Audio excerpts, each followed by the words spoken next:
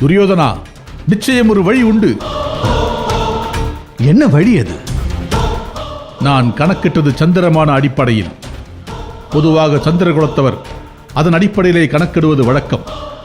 ஆனால் சூரியமான அடிப்படையில் கணக்கிட்டால் அர்ஜுனன் வெளிப்பட்ட அன்று அவர்களின் அஞ்ஞாதவாசம் முடியவில்லை.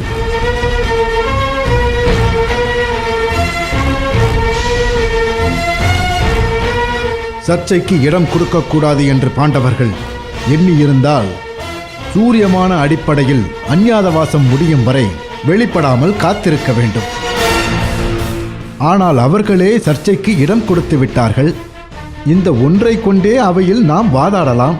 சபாஷ்! சரியாக சிக்கினார்கள் பாண்டவர்கள். வனவாசம் முடியும் நேரத்தில் மீண்டும் அவர்களை வனவாசம் அனுப்ப நேர்ந்ததில் அளவற்ற மகிழ்ச்சி. சோமதத்தரே, நாங்கள் உம்மை நம்பினோம். நீங்கள் எம்மை கைவிடவில்லை. தங்கள் கருத்தை அத்தினாபுர அரசவையில் முன்வைப்பீர்கள் அல்லவா? நான் கூறுவது சத்தியமான உண்மை. உண்மைக்கு புறம்பான சாஸ்திரங்களை நான் எப்போதுமே கூறுவதில்லை. ஆகவே அத்தினாபுர அவை என்ன, இந்திரலோகத்தில் கூட நான் எடுத்துரைப்பேன்.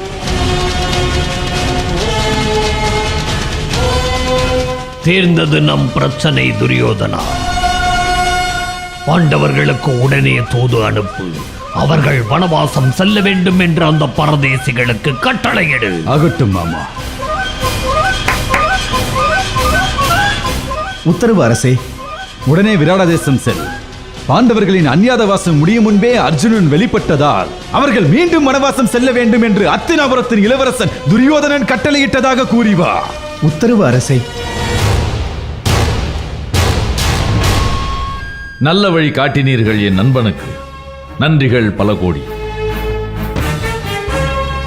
பேரரசே, தாங்களும் தங்கள் புத்திரனும் எங்கள் அரண்மனையிலே விருந்துண்டு எங்களை சிறப்பிக்க வேண்டும். தங்கள் விருப்பப்படியே ஆகட்டும்.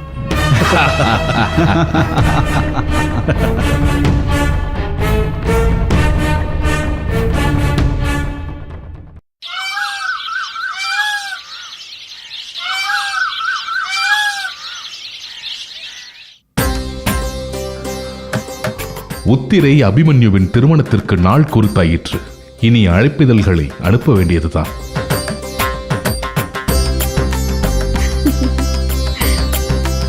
அண்ணா, பெண் வீட்டார் சார்பாக யாரார் அழைப்பு விடுக்க வேண்டும் என்று விராட மன்னர் பார்த்துக் கொள்வார். நம் சார்பாக யாரார் அழைப்பு விடுக்க வேண்டும் என்று தாங்கள் தான் கூற வேண்டும்.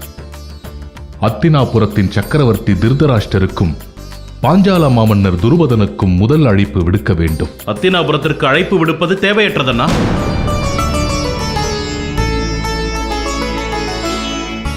பீமா, அங்கே நம் தாத்தா பீஷ்மாச்சாரியார், குலகுருக்கள், பெரியப்பா பெரியம்மா, யாவருக்கு மேலாக நமது சித்தப்பா விதுரர் என யாவரும் அங்கேதான் இருக்கிறார்கள். ஆகவே அழைப்பு விடுக்கத்தான் வேண்டும். கிருஷ்ணருக்கு அழைப்பு விடுக்க வேண்டாமா? கிருஷ்ணனை அழைக்காமலா? மாப்பிள்ளையே அங்கேதான் வளருகிறான். அர்ஜுனா, நீயே நேரில் சென்று மைத்துனர்கள் பலராமருக்கும் கிருஷ்ணருக்கும் அழைப்பு விடுக்க வேண்டும். அரசருக்கு வணக்கம். அத்தினாபுரத்திலிருந்து தூதுவர் வந்திருக்கிறார். வரச் சொல்.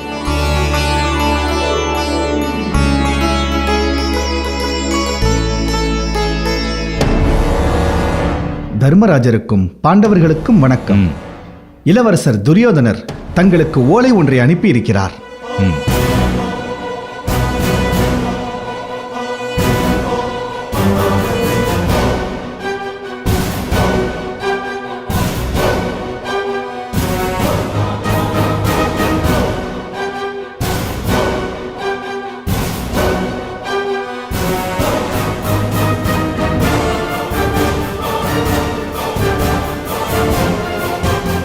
விராட யுத்தத்தின் போது அஞ்ஞாதவாசம் முடியும் முன்பே அர்ஜுனன் வெளிப்பட்டான்.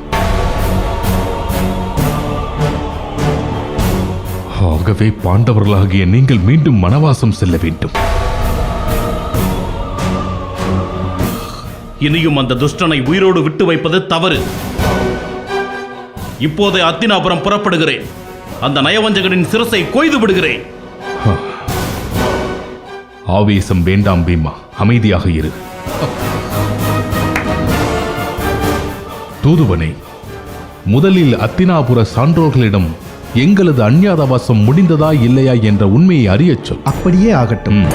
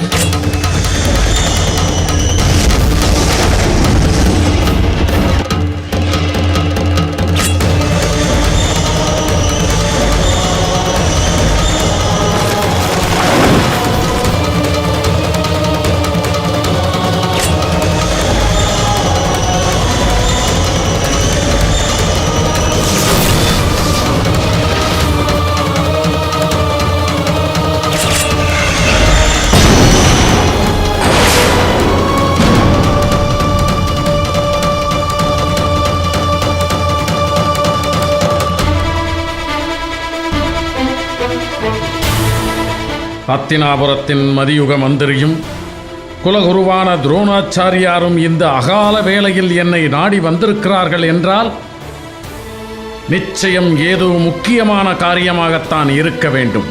உண்மைதான். அத்தினாபுரத்தின் எதிர்காலம் இப்போது உங்கள் கரத்தில்தான் உள்ளது. அதை வெளிப்படுத்தவே நாங்கள் இப்போது வந்துள்ளோம். அத்தினாபுரத்தின் எதிர்காலம் என்றோ பணயம் வைக்கப்பட்டு விட்டது. அதை காக்கும் பலம் இந்த எளியவனிடம் இல்லை. அத்தினாபுரத்தின் காவலரான தாங்கள் இப்படி கூறலாமா? அத்தினாபுரத்தின் காவலனா இல்லை வெறும் பார்வையாளனா என்ற கேள்வியை நானே எனக்குள் கேட்டுக்கொண்டிருக்கிறேன். சரி, அந்த புலம்பல்கள் என்னோடு இருக்கட்டும். தாங்கள் வந்த காரியத்தை கூறுங்கள். பாண்டவர்களின் அஞ்ஞாத வாசம் முடிந்துவிட்டது. துரியோதனனோ இன்னும் முடியவில்லை என்கிறான். ஆக அவன் நிச்சயம் பாண்டவர்களுக்கு நாட்டை திருப்பிக் கொடுக்க மாட்டான். அவனிடமிருந்து இந்திரபிரஸ்தத்தை மீட்டு அதை பாண்டவர்களிடம் ஒப்படைக்கும் பொறுப்பு தங்களுக்கே உள்ளது. என்னுடைய பொறுப்பின் எல்லை அத்தினாபுரத்தோடு முடிந்துவிட்டது என்பதை தாங்கள் மறந்துவிட்டு பேசுகிறீர்கள்.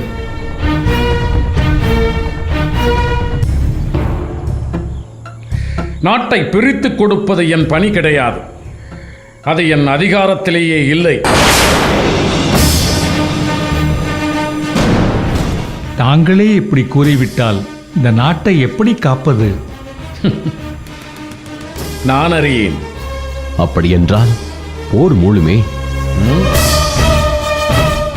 அப்படி போர் மூண்டால் தாங்கள் நீதியின் பக்கம் இருக்கப் போகிறீர்களா அல்லது அநீதியின் பக்கம் இருக்கப் போகிறீர்களா?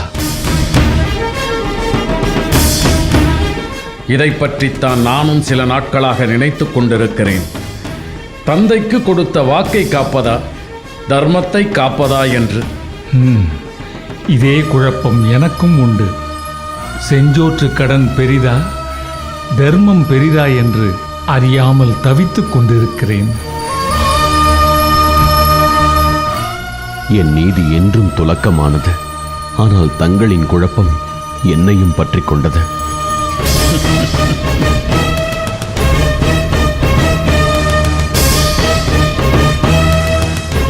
பல குழப்பங்களுக்கு தீர்வே தெரிவதில்லை, அல்லது தெரிந்தாலும் தெரியாதது போல் பாவனை செய்து கொண்டிருக்கிறார்கள். அந்த நிலையில்தான் நாம் இப்பொழுது இருக்கிறோம். இதற்கு தீர்வுதான் என்ன பிதாமகரே?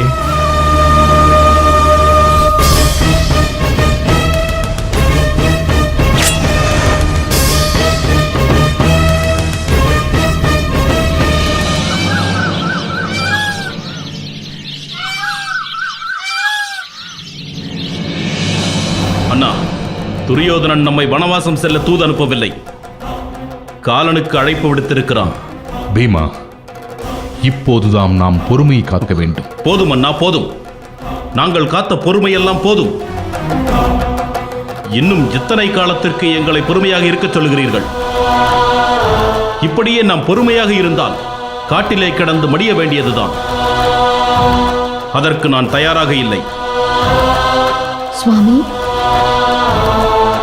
துரியோதனனின் தூது போருக்கு வழிவகுத்துவிடும் போலிருக்கிறதே.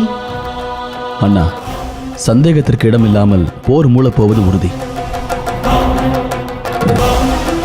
இந்த சூழலில் அபிமன்யுவின் திருமணம் அவசியம்தானா? இப்போதுதான் அவசியம். என்ன அண்ணா கூறுகிறீர்கள்? இது பொருத்தமற்ற காரியமாக வல்லவா தோன்றுகிறது? இல்லை சகாதேவா, இதுதான் திருமணத்தை நடத்த பொருத்தமான தருணம்.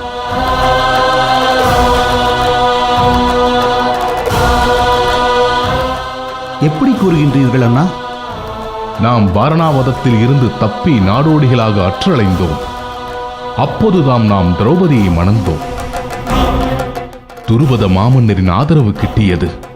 அந்த ஆதரவோடுதான் அத்தினாபுரத்திற்குள் மீண்டும் புகுந்தோம். இப்போதும் அதே நிலையிலேயே இருக்கிறோம். அண்ணா, அப்படியென்றால்? ஆம், இப்போது விராட மன்னரின் பேராதரவு நமக்கு தேவைப்படுகிறது. நமக்கு நாடு கிடைக்காத பட்சத்தில் நாம் உறைய, நம் வேலைகளை தொடங்க ஒரு இடம் அவசியம். அந்த இடம் விராடமாக இருக்கட்டும். நாம் விராட மன்னரோடு சம்பந்தம் வைத்துக் கொண்டால் இங்கே உறையும் உரிமை தாமாக கிடைத்துவிடும்.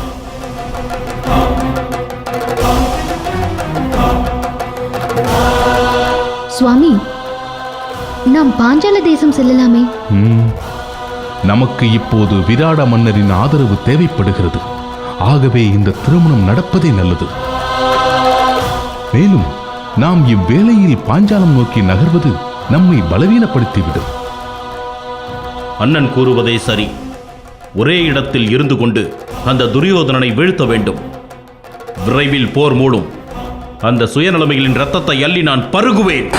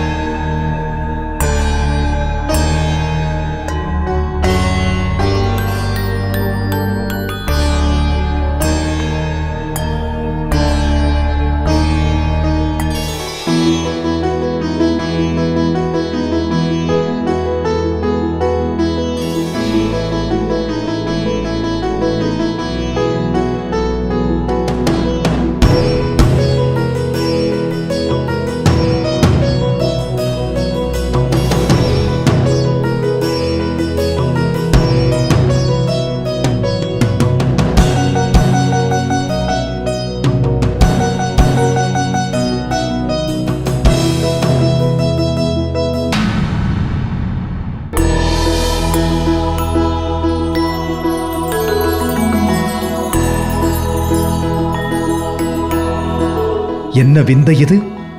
கங்கையின் மைந்தர் பீஷ்மர், தனுர்வேத வித்தகரான துரோணர், காலதேவனின் அவதாரமான விதுரர், யாவரும் இந்த சிறுவனை நாடி வந்திருக்கிறீர்கள்.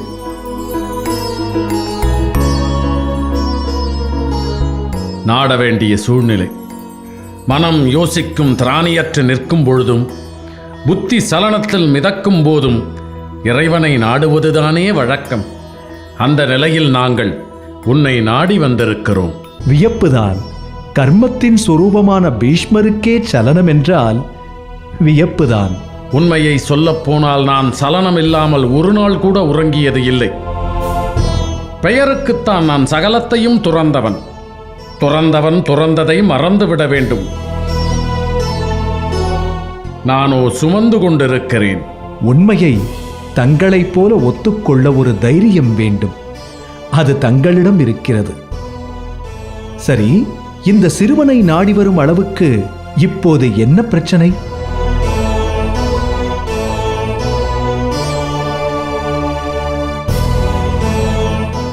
பாண்டவர்களுக்கும் கௌரவர்களுக்கும் போர் மூலம் அபாயம் ஏற்பட்டுள்ளது. அப்படியென்றால் போர்க்களத்திற்கு ஆயத்தமாகாமல் என்னை நாடி வந்ததேனோ? கௌரவர்களின் வலிமையையும் பாண்டவர்களின் வலிமையையும் நீ அறிவாய் கிருஷ்ணா. போர் மூண்டால் இந்த பாரத மண்ணில் குருதி ஆறாக பெருக்கெடுத்து ஓடும்.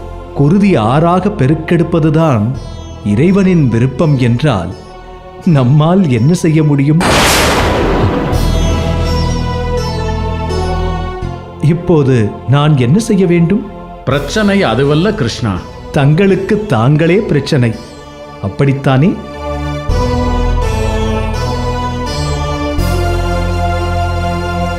சரியாகச் சொன்னாய் கிருஷ்ணா. கௌரவர்கள் அநீதியாக பாண்டவர்களின் ராஜ்யத்தை அபகரித்தார்கள். பாண்டவர்கள் நீதிக்காக யுத்தம் செய்ய ஆயத்தமாகிறார்கள். கிருஷ்ணா, இதில் நாங்கள் யார் பக்கம் நிற்பது? பிதாமகரே, தங்கள் கேள்வியிலேயே பதிலும் இருக்கிறது. அறியாதவர் போல் என்னை கேட்பதேனோ? தந்தையின் வாக்கை நான் தெய்வத்தின் வாக்காக கருதுகிறேன்.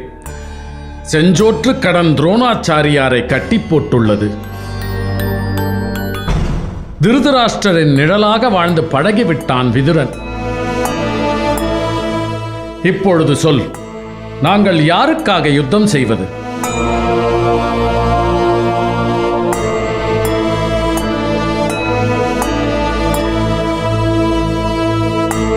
நான் ஒருவன் இல்லையெனில் என்ன முடிவெடுத்திருப்பீர்களோ அந்த முடிவை எடுங்கள். சற்று நேரத்தில் வருகிறேன்.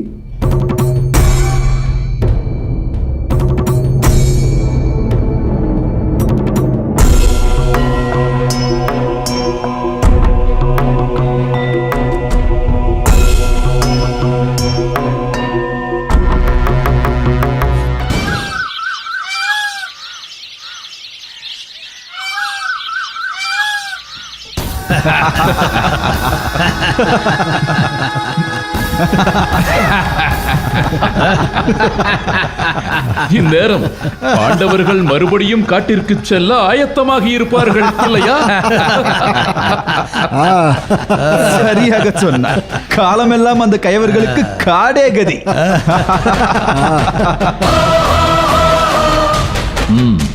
நீங்கள் இருவரும் நினைப்பது எளிதில் நடக்காது. நீங்கள் நினைப்பதைப் போல் பாண்டவர்கள் அத்தனை இளைத்தவர்கள் அல்ல. சரியாக சொன்னாய் கர்ணா. எதிரியை நாம் குறைத்து மதிப்பிடக்கூடாது. வாரணாவதம் சென்ற பிறகு துருபதனின் பெரும் பலத்தோடு நாடு திரும்பிய எத்தர்கள் அவர்களை அத்தனை சுலபத்தில் மீண்டும் காட்டிற்கு அனுப்பிவிட முடியாது. ஆனால் அவர்களை காட்டிற்கு அனுப்புவதில் நீங்கள் உறுதியாக இருக்க வேண்டும். அதில் சந்தேகம் என்ன தங்களுக்கு? இளவரசர்களுக்கு வணக்கம்.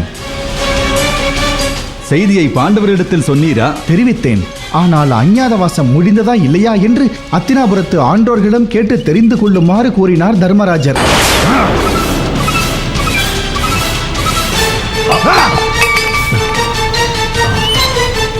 நண்பா, நான் சொல்லவில்லை அகந்தையின் மறுவடிவம் பாண்டவர்கள். அடக்கமாக இருந்தே காரியத்தை சாதித்துக் கொள்வது அவர்களது வாடிக்கை. அவசரப்பட்டு பேரை கெடுத்துக் கொள்வது உன் வாடிக்கை. பாண்டவர்கள் நாட்டை திருப்பி கேட்கும் வரை நீங்களாக இந்த பிரச்சனையை குறித்து வாதிக்க வேண்டாம். தாங்கள் சொல்வது சரிதான். அத்தினாபுரத்தில் உள்ள பெரியவர்கள் யாரும் நமக்கு சாதகமாக பேச மாட்டார்கள். குறிப்பாக பீஷ்மாச்சாரியார் பாண்டவர்கள் மீண்டும் வனத்திற்கு செல்வதை விரும்ப மாட்டார். எக்காரணம் கொண்டும் பாண்டவர்களுக்கு இந்நாட்டை திருப்பி தர வேண்டாம்.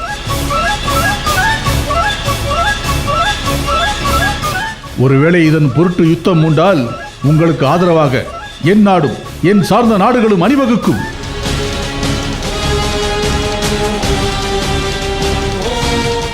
பேரரசே, தங்களின் ஆலோசனையும் ஆதரவும் எங்களுக்கு பெரும் மகிழ்வை தருகிறது. இது என்றுமே நீடித்திருக்க வேண்டும். தாங்கள் இந்த பிரச்சனை முடியும் வரை இங்கேயே எங்களோடு தங்கியிருக்க வேண்டும். ஓய்விடுங்கள், நாங்கள் வருகிறோம்.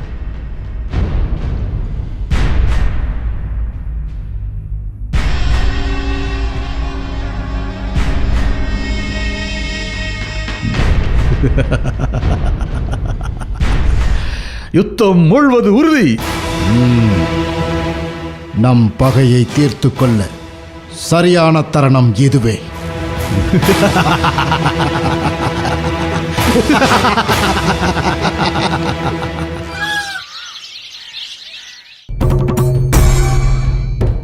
யார் பக்கம் நிற்பது என முடிவெடுத்து விட்டீர்களா? குழப்பம் கிருஷ்ணா, பெரும் குழப்பம். நாங்கள் கௌரவர்கள் பக்கம் நிற்கப் போகிறோமா அல்லது பாண்டவர்கள் பக்கம் நிற்கப் போகிறோமா என்று தெரியவில்லை. ஆனால் ஒன்று, தோல்வியின் பக்கம் நிற்கப் போகிறோம் என்பது மட்டும் உண்மை. வேதாந்தமான பதில் அரசியலில் வெளிப்படுவது வியப்பானதுதான். அதை எப்படி என்று கூற முடியுமா? நாங்கள் கௌரவர்கள் பக்கம் நின்று பாண்டவர்கள் தோற்றாலும் தோல்வி எங்களுடையதுதான். கிருஷ்ணா, நாங்கள் பாண்டவர்கள் பக்கம் நின்ற கௌரவர்கள் தோற்றாலும் தோல்வி எங்களுடையதுதான். ஆகவே நாங்கள் தோல்வியின் பக்கம் நிற்கிறோம். வெற்றி பெற யாதொரு யோசனையும் தோன்றவில்லையா?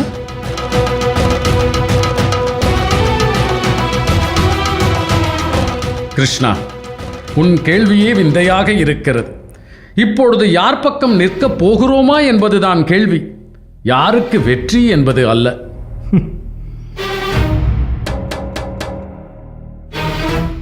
தாங்கள் கேட்ட கேள்விக்கும் நான் கேட்ட கேள்விக்கும் நேரடியான தொடர்பு உண்டு பிதாமகரே.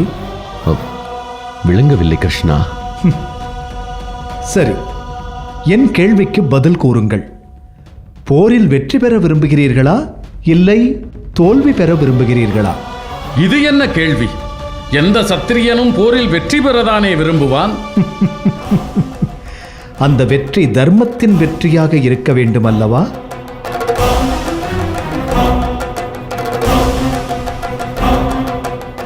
ஆமாம். நீங்கள் தர்மத்தின்படி வெற்றி பெற வேண்டும் என்றால் இந்த போரில் தோல்வியடைய வேண்டுமா இல்லை வெற்றி அடைய வேண்டுமா? கிருஷ்ணா, என்ன கேள்வி இது? நாங்கள் யார் பக்கம் நிற்க வேண்டும்? நின்றால் தானே தோல்வியா வெற்றியா என்ற இடத்திற்கு வர முடியும். நீங்கள் யாவரும் தர்மத்தில் வெற்றி அடைய விரும்புகிறீர்களா இல்லை யுத்தத்தில் வெற்றி அடைய விரும்புகிறீர்களா? தர்மமும் வெற்றி அடைய வேண்டும், நாங்களும் வெற்றி பெற வேண்டும். அது முடியாது. இது பேராசை அல்லவா பிதாமகரே?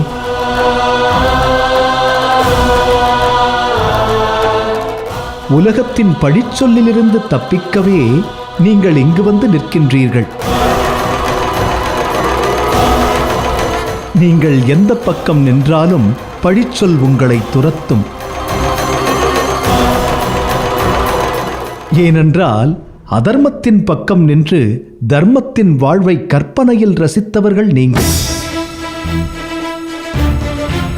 கற்பனை என்றும் உண்மையாகிவிடாது. கிருஷ்ணா, அதர்மத்தின் பக்கம் நாங்கள் நின்றிருந்தால் தொடர்ந்து அதே பக்கத்தில் தான் நின்றிருக்க வேண்டுமா என்ன? தர்மத்தின் பக்கம் வர விரும்பக்கூடாதா? இனி நின்று என்ன பயன்? நீங்கள் நிறைந்திருந்த அவையில்தானே ஒரு பெண்ணின் மானம் விலை பேசப்பட்டது. அப்போது எங்கே போனது உங்கள் தர்மம்?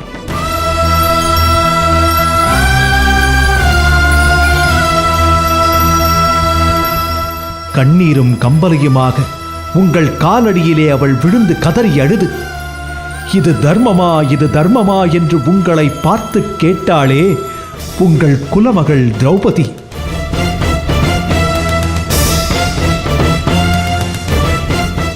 அப்போது தலை கவிழ்ந்து கிடந்தீர்களே, அப்போது எங்கே போனது உங்கள் தர்மம்? பிதாமகரே, நீங்கள் கூறுங்கள், இப்பெரும் பாரத தேசத்தில் எங்கே ஏனும் இப்படி இதற்கு முன் நிகழ்ந்ததுண்டா?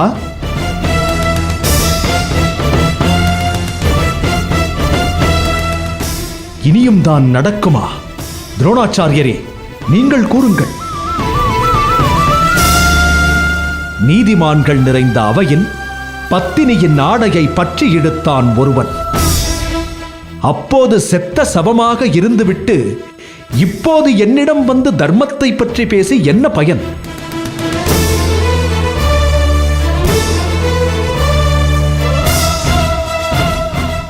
அன்றே அத்தினாபுர அவையில் செத்து மடிந்தது தர்மம்.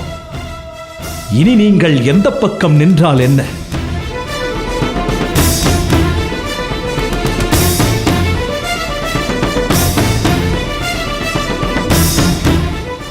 கிருஷ்ணா, உன்னுடைய சினம் நியாயமானதே. தர்மத்தின் பெயரால் எங்கள் கரங்கள் கட்டப்பட்டன. ஒரு பெண்ணின் மானத்தை அபகரிப்பது தர்மம் என்றால் அதர்மம்தான் என்ன என்ற கேள்வியை இதுவரை எனக்கு நானே கேட்டுக்கொண்டிருக்கிறேன். அதுதான் காட்டின் நீதி. மானின் மீது புலி இரக்கம் கொண்டால் காடு வாழாது. மான் புல்லை உண்பதும் புலி மானை உண்பதும் காட்டின் நீதி. காட்டுக்குள் சென்றுவிட்டால் காட்டின் நியதிக்கு நாம் கட்டுப்பட்டே தீர வேண்டும். அத்தினாபுரம் என்னும் காட்டின் நீதிக்கு நீங்கள் கட்டுப்பட்டுள்ளீர்களா இல்லையா? கட்டுப்படுவதைத் தவிர வேறு வழியே இல்லையே. உங்கள் நீதி எது என்பதில் நீங்கள் தெளிவாக இருக்கும்போது குழப்பம் எதற்கு? விளக்கம் பெற வந்து குழம்பி நிற்கிறோம் கிருஷ்ணா. தர்மமோ அதர்மமோ, நாங்கள் எந்த இடத்தை போய் சேர வேண்டும் என்று நீதான் எங்களுக்கு வழிகாட்ட வேண்டும். ராவணன் செய்தது அதர்மம் என்று அவனது தம்பிகள் கும்பகர்ணனுக்கும் தெரியும், விபீஷணனுக்கும் தெரியும். கும்பகர்ணன் அண்ணனின் செயலே எனது தர்மம் என்றான். விபீஷணன் அதை அதர்மம் என்றான். அண்ணனுக்காக உயிரை துறந்தான் கும்பகர்ணன். தர்மத்தின் பெயரிலே அண்ணனை காட்டிக் கொடுத்தான் விபீஷணன். விபீஷணன் செய்தது தர்மம் என்றாலும் உலகம் அவனை தூற்றியது, கும்பகர்ணனை கொண்டாடியது. இது நாட்டின் நீதி. நீங்கள் தேர்ந்தெடுக்கப் போவது காட்டின் நீதியா நாட்டின் நீதியா என்பதை நீங்களே முடிவு செய்து கொள்ளுங்கள்.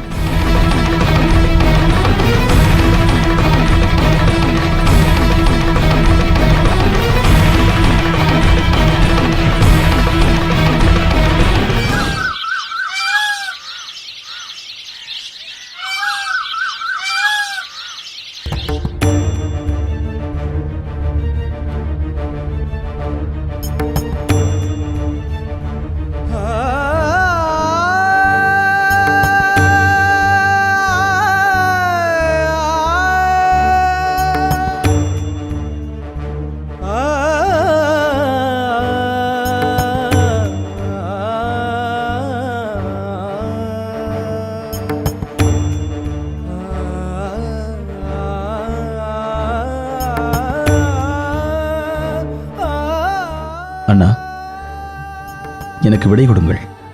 அபிமன்யு உத்திரை திருமணத்திற்கு அழைப்பு விடுக்க துவாரகை வரை சென்று வருகிறேன். அர்ஜுனா, அது மட்டுமே இந்த பயணத்தின் நோக்கம் அல்ல. ஒருவேளை யுத்தம் மூண்டால் கிருஷ்ணனின் ஆதரவு நமக்கு கிடைக்க வேண்டும். கிருஷ்ணன் ஒருவன் இருந்தால் இந்த அகிலமே நம் பக்கம் உள்ளதற்கு இணையானது. அறிவேன் அண்ணா. நான் நிச்சயம் கிருஷ்ணனின் ஆதரவை பெற்று திரும்புவேன்.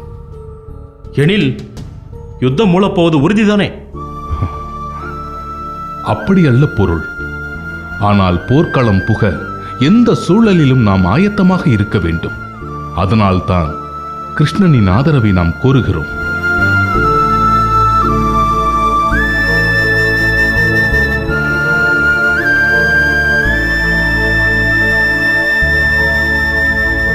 திரௌபதி,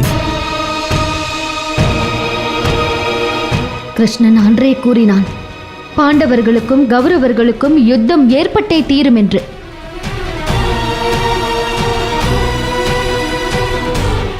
அந்த நாளுக்காகத்தான் நான் முடியா கோலத்தோடு காத்திருக்கிறேன்.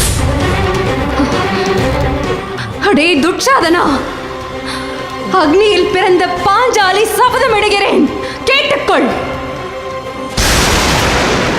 உன் நெஞ்சை பிளந்து உன் குருதியை எடுத்து என் கூந்தலில் நெய்யாக பூசிய அன்றே உன்னால் அவிழ்ந்து கிடக்கும் என் கூந்தலை நான் அள்ளி முடிவேன். இது சத்தியம். நான் பாண்டுவின் புத்திரன் பீமன் இந்த சபதத்தை மேற்கொள்கிறேன். யுத்த களத்தில் துச்சாதனன் மார்பை பிளந்து அவனது இரத்தத்தை எடுத்து பத்தினியான திரௌபதியின் கூந்தலில் பூசுவேன். இது சத்தியம். நான் பாண்டுபுத்திரன் அர்ஜுனன் சபதம் மேற்கொள்கிறேன். எங்கள் பத்தினி பாஞ்சாலியை வேசி என்று அழைத்த கயவன் கர்ணனின் மார்பை என் கூரிய பானங்களால் துளைத்து பெருங்குருதி யுத்த களத்தில் ஓட சூதபுத்திரன் கர்ணனை கொல்வேன். அவனை என் பானங்களுக்கு இரையாக்கிக் கொள்வேன்.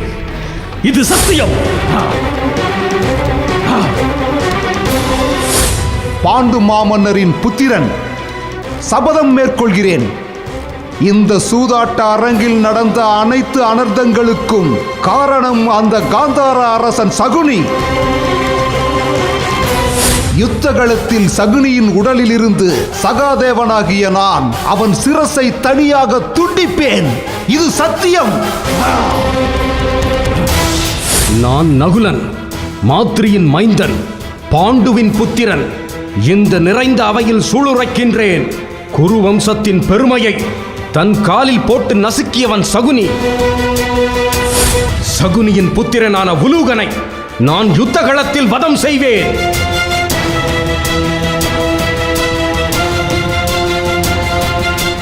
இது சத்தியம். திரௌபதி, உன் துயரம் எங்களுக்கு புரிகிறது. நான் நிச்சயம் கிருஷ்ணனின் ஆதரவை பெற்றே திரும்புவேன்.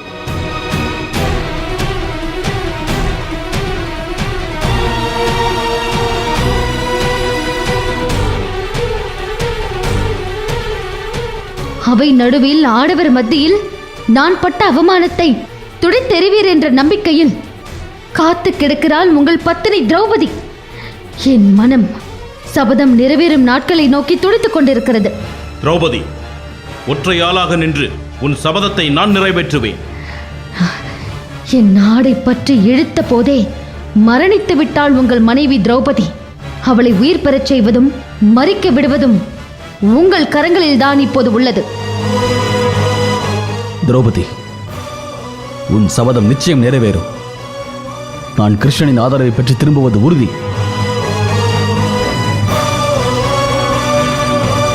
இது சத்தியம்.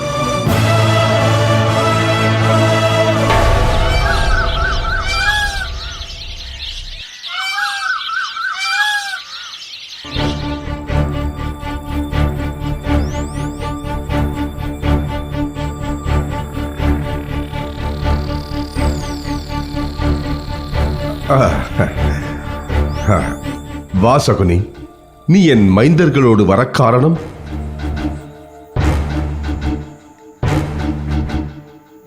தந்தையும் தாயும் என்னை ஆசீர்வதிக்க வேண்டும்.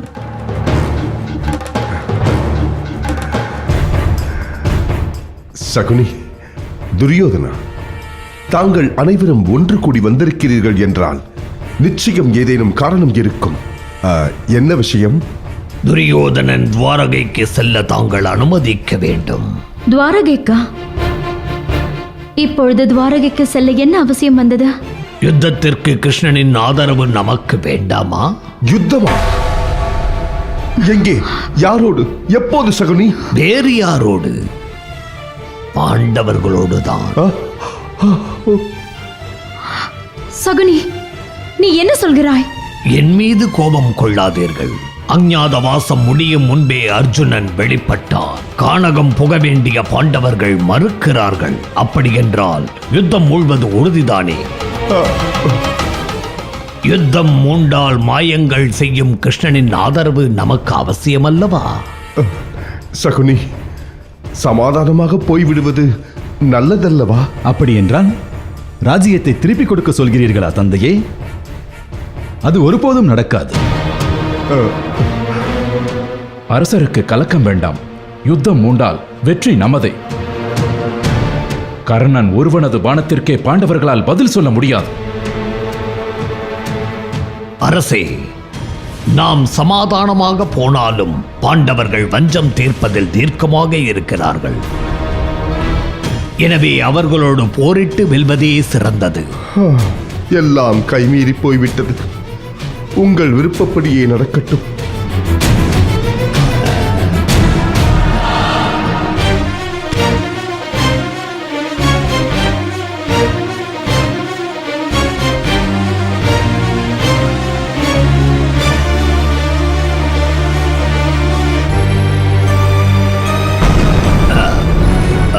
துரியோதனா, நீ துவாரகைக்கு புறப்படு. அந்த கிருஷ்ணனின் காலில் விழுந்தாவது அவனது ஆதரவை பெற வேண்டும். மாமா, அந்த சிறுவனின் காலில் நான் விழுவதா? அது ஒருபோதும் நடக்காது. வெட்கக்கேடு. துரியோதனா, கிருஷ்ணனை யாரென்று நினைத்தாய்? மாயங்கள் செய்வதில் அவன் பலே கில்லாடி. அவன் எதிரியிடம் இருந்தால் அது எதிரிக்குத்தான் பலம். ஏதேனும் சித்து வேலைகள் செய்து நம்மை சிக்கலில் மாட்டிவிடுவான். கிருஷ்ணனின் பாஞ்சன்ய சங்கு வெற்றியின் அறிகுறி. அது நமக்காக முழங்க வேண்டும். அப்போதுதான் நமக்கு வெற்றி உண்டாகும். ஆமாம் அண்ணா, மாமா கூறுவது முற்றிலும் உண்மை. நீ உன் கர்வத்தை விடுத்து கிருஷ்ணனை சரணடைந்து விடுவதே நல்லது. துரியோதனா, யுத்தம் தொடங்கிவிட்டால் நம் பலத்தை பெருக்குவது அவசியம். கிருஷ்ணன் பாண்டவர்களின் முக்கியமான பலமாக இருந்திருக்கிறான். அந்த பலத்தை நாம் நம் பக்கம் சேர்க்க வேண்டும். நீ துவாரகை புறப்படு. தயக்கம் வேண்டாம். அந்த கிருஷ்ணன் நமது மைத்துனன் தானே. நீ அவனிடம் தயங்க வேண்டியதில்லை. துரியோதனா, போரில் ஒருவன் வெற்றி பெற வேண்டும் என்றால் அவன் எதிரியின் பலத்தை குறைக்க வேண்டும் என்கிறது சத்திரிய தர்மம். பாண்டவர்களின் பலமே அந்த கிருஷ்ணன் தான். அவனை நம் பக்கம் இழுத்துவிட்டால் பாண்டவர்களின் பலம் பாதியாகிவிடும். ஆக கிருஷ்ணனின் ஆதரவு தான் நமக்கு முக்கியம். எப்பாடுபட்டேனும் அவனது ஆதரவோடு வா. துரியோதனா,